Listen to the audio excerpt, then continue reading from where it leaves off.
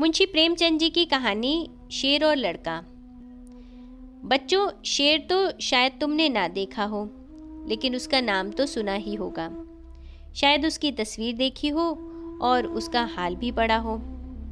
शेर अक्सर जंगलों और कछारों में रहता है। कभी कभी वे उन जंगलों के आसपास के गांव में आ जाता है और आदमी और जानवरों को उठा ले जाता है। कभी कभी उन जानवरों को मारकर खा जाता है जो जंगलों में चरने जाया करते हैं। थोड़े दिनों की बात है कि एक गरड़िए का लड़का गाय बैलों को लेकर जंगल में गया और उन्हें जंगल में छोड़कर आप एक झरने के किनारे मछलियों का शिकार खेलने लगा। जब शाम होने को आई तो उसने अपने जानवरों को इकट्ठा किया, मगर एक गाय का पता न था। उसने इधर उधर दौड़ धूप की, मगर गाय का पता न चला। बेचारा बहुत घबराया। मालिक अब मुझे जीता ना छोड़ेंगे। उस वक्त ढूंढने का मौका ना था, क्योंकि जानवर फिर इधर उधर चले जाते। इसलिए वह उन्हें लेकर घर लौटा और उन्हें बाड़े में बांधकर बिना किसी से कुछ कहे सुने गाय की तलाश में निकल पड़ा। उस छोटे लड़के की ये हिम्मत देखो। अंधेरा हो रहा है, चारों ओर सन्नाटा छाया हुआ है, जंगल भाई भाई कर रहा है, गीदड़ों का हवाना सुनाई दे रहा है, पर वो बेखौफ जंगल में बड़ा चला जाता है। कुछ देर तक तो वह गाय को ढूंढता रहा, लेकिन जब और अंधेरा हो गया तो उसे डर मालूम होने लगा। जंगल में अच्छे अच्छे आदमी डर जाते हैं, उस छोटे से बच्चे का कहना ही क्या। मगर जाए कहाँ। जब कुछ न सूझी तो एक ऊंचे पेड़ पर चढ़ गया और उसी पर रात काटने की ठान ली। उसने पक्का इरादा कर लिया था कि बगैर गाय को लिए घर न लौटूंगा। दिन भर का थका मांदा तो था ही, उसे जल्दी ही नींद आ गई। नींद चारपाई और बिछावन नहीं ढूंढती। अचानक पेड़ इतनी जोर से हिलने लगा कि उसकी नींद खुल गई। वह गिरते गिरते बच गया। सोचने लगा, पेड़ कौन हिला रहा है। आंखें मलकर नीचे की तरफ देखा तो उसके रोए खड़े हो गए। एक शेर पेड़ के नीचे खड़ा उसकी तरफ ललचाई हुई आंखों से ताक रहा था। उसकी जान सूख गई। वे दोनों ही हाथों को हाथों में डालकर चिमट गया। नींद भाग गई। कई घंटे गुजर गए, पर शेर वहां से जरा भी ना हिला। वह बार बार गुर्राता और उछल उछल कर लड़के को पकड़ने की कोशिश करता। कभी कभी तो वो इतने नजदीक आ जाता कि लड़का जोर से चिल्ला उठता। रात जो जो करके कटी, सवेरा हुआ। लड़के को कुछ भरोसा हुआ कि शायद शेर उसे छोड़कर चला जाए, मगर शेर ने हिलने तक का नाम ना लिया। सारे दिन वह उसी पेड़ के नीचे बैठा रहा। शिकार सामने देखकर वह कहाँ जाता। पेड़ पर बैठे बैठे लड़के की देह अकड़ गई थी। भूख के मारे बुरा हाल था, मगर शेर था कि वहां से जौ भर भी न हटता था।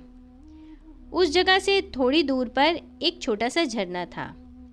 शेर कभी कभी उस तरफ ताकने लगता था। लड़के ने सोचा कि शेर प्यासा है। उसे कुछ आस बंधी कि ज्यों ही वो पानी पीने जाएगा, मैं भी यहाँ से खिसक चलूंगा। आखिर शेर उधर चला।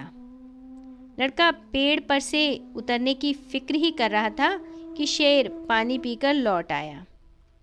शायद उसने भी लड़के का मतलब समझ लिया था। वह आते ही इतनी जोर से चिल्लाया और ऐसे उछला कि लड़के के हाथ पांव ढीले पड़ गए, जैसे वो नीचे गिरा जा रहा हो। मालूम होता था हाथ पांव पेट में घुसे जा रहे हैं। ज्यों त्यों करके वह दिन भी बीत गया। ज्यों ज्यों रात होती जाती थी, शेर की भूख भी तेज होती जाती थी। शायद उसे ये सोच सोचकर गुस्सा आ रहा था कि खाने की चीज़ सामने रखी है और मैं 2 दिन से भूखा बैठा हूँ। क्या आज भी काशी रहेगी? वह रात भी उसे ताकते ही बीत गई। तीसरा दिन भी निकल आया। मारे भूख के उसकी आंखों में तितलियां सी उड़ने लगी। डाल पर बैठना भी उसे मुश्किल मालूम होता था। कभी कभी तो उसके जी में आता कि शेर मुझे पकड़ ले और खा जाए। उसने हाथ जोड़कर ईश्वर से विनय की, भगवान, क्या तुम मुझ गरीब पर दया ना करोगे? शेर को भी थकावट मालूम हो रही थी। बैठे बैठे उसका भी जी ऊब गया था। वह चाहता था किसी तरह जल्दी से शिकार मिल जाए। लड़के ने इधर उधर बहुत निगाह दौड़ाई कि कोई नज़र आ जाए, मगर कोई नज़र ना आया। तब वो चिल्ला चिल्ला कर रोने लगा, मगर वहाँ उसका रोना कौन सुनता था। आखिर उसे एक तरकीब सूझी। वह पेड़ की फुनगी पर चढ़ गया और अपनी धोती खोलकर उसे हवा में उड़ाने लगा कि शायद किसी शिकारी की नज़र पड़ जाए। एकाएक वो खुशी से उछल पड़ा। उसकी सारी भूख, सारी कमज़ोरी गायब हो गई। कई आदमी झरने के पास खड़े उसकी उड़ती हुई झंडी को देख रहे थे। शायद उन्हें अचंभा हो रहा था कि जंगल में इस पेड़ पर झंडी कहाँ से आई। लड़के ने उन आदमियों को गिना, 1 2 3 4। जिस पेड़ पर लड़का बैठा था वहाँ की ज़मीन कुछ नीची थी। उसे ख्याल आया कि अगर वे लोग मुझे देख भी लें तो उन्हें ये कैसे मालूम होगा कि इसके नीचे 3 दिन का भूखा शेर बैठा हुआ है। अगर मैं उन्हें होशियार ना कर दूं तो ये दुष्ट किसी न किसी को ज़रूर चट कर जाएगा। ये सोचकर वो पूरी ताकत से चिल्लाने लगा।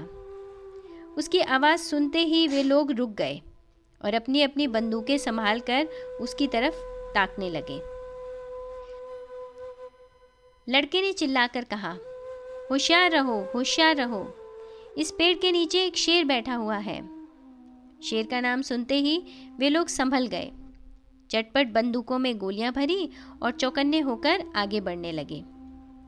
शेर को क्या खबर थी कि नीचे क्या हो रहा है। वो तो अपने शिकार की ताक में घात लगाए बैठा था।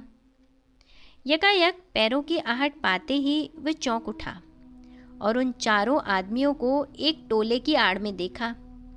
फिर क्या कहना था, उसे मुंह मांगी मुराद मिली। भूख में सब्र कहाँ। वह इतने जोर से गरजा कि सारा जंगल हिल गया और उन आदमियों की तरफ जोर से जस्त मारी। मगर वे लोग पहले से ही तैयार थे। चारों ने एक साथ गोली चलाई। दन दन दन दन आवाज़ हुई। चिड़ियाँ पेड़ों से उड़ उड़कर भागने लगी। लड़के ने नीचे देखा, शेर ज़मीन पर गिर पड़ा था। वह एक बार फिर उछला और फिर गिर पड़ा। फिर वह हिला तक नहीं। लड़के की खुशी का क्या पूछना। भूख प्यास का नाम तक ना था। चटपट पेड़ से उतरा तो देखा सामने उसका मालिक खड़ा है। वो रोता हुआ उसके पैरों में गिर पड़ा। मालिक ने उसे उठाकर छाती से लगा लिया और बोला, क्या तू 3 दिन से इसी पेड़ पर था? लड़के ने कहा, हाँ, उतरता कैसे, शेर तो नीचे बैठा हुआ था। मालिक ने कहा, हमने तो समझा था कि किसी शेर ने तुझे मारकर खा लिया। हम चारों आदमी 3 दिन से तुझे ढूंढ रहे हैं। तूने हमसे कहा तक नहीं और निकल खड़ा हुआ। लड़के ने कहा, मैं डरता था, गाय जो खोई थी। मालिक ने